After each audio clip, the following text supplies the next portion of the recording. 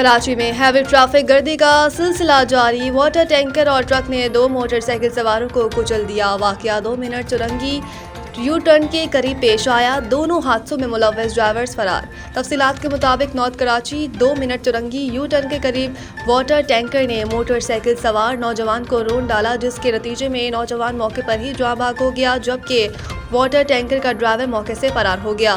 حادثے کے بعد مشتعل افراد نے موقع پر جمع ہو کر واٹر ٹینکر پر پتھراؤ کیا اور نظر آتش بھی کرنے کی کوشش کی، تاہم پولیس نے موقع پر پہنچ کر واٹر ٹینکر نظر آتش ہونے سے بچا لیا۔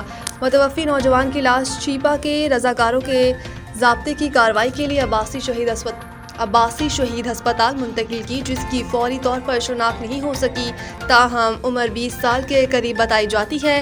بلال کالونی پولیس نے واٹر ٹینکر اور متوفی کی موٹر سائیکل اپنے قبضے میں لے کر اسے تھانے منتقل کر دیا، جبکہ پولیس متوفی نوجوان کی شناخت کے حوالے سے کوششیں کر رہا ہے۔ قبل ازیں سپر ہائی وے پاکستان کانٹے کے قریب ٹریفک حادثے میں موٹر سائیکل سوار جاں بحق ہو گیا، جس کی لاش عیدی کے رضاکاروں نے عباسی شہید ہسپتال منتقل کر دی۔